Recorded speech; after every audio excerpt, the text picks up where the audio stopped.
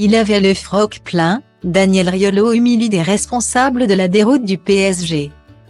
Si la plupart des supporters parisiens n'avaient pas vraiment les mots après la défaite cuisante du club parisien ce mercredi face au Bayern Munich, Daniel Riolo à l'inverse était en grande forme.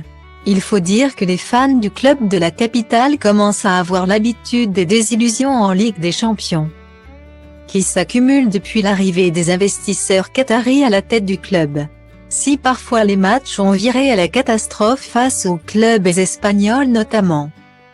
Le 8 mars dernier, c'est un véritable sentiment d'impuissance qui a accompagné la performance du Paris Saint-Germain.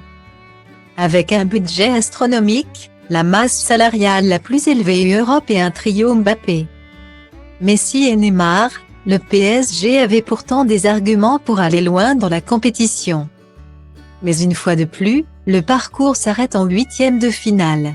Un constat terrible et qui a vivement fait réagir Daniel Riolo à l'antenne de RMC quelques minutes après la défaite. S'il s'en est violemment pris à Christophe Galtier, traitant notamment l'entraîneur parisien de pompe. Très remonté, le journaliste de 52 ans ne s'en est pas pris qu'aux natifs de Marseille, puisque plusieurs joueurs se sont retrouvés dans son viseur, à commencer par le capitaine de l'équipe, Marquinhos.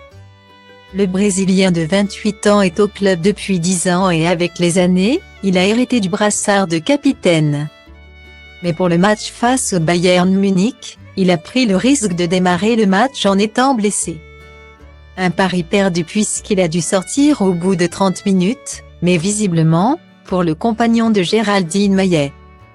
Le principal problème du défenseur parisien se situe plutôt dans la tête. Marquinhos. Il est entré sur le terrain, il avait le froc plein. C'est terminé, il flippe le gars, a lancé Daniel Riolo dans l'after-foot après le match.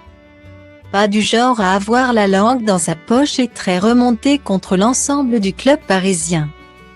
Daniel Riolo n'a pas hésité à s'en prendre aux principaux coupables de ce nouvel échec, selon lui.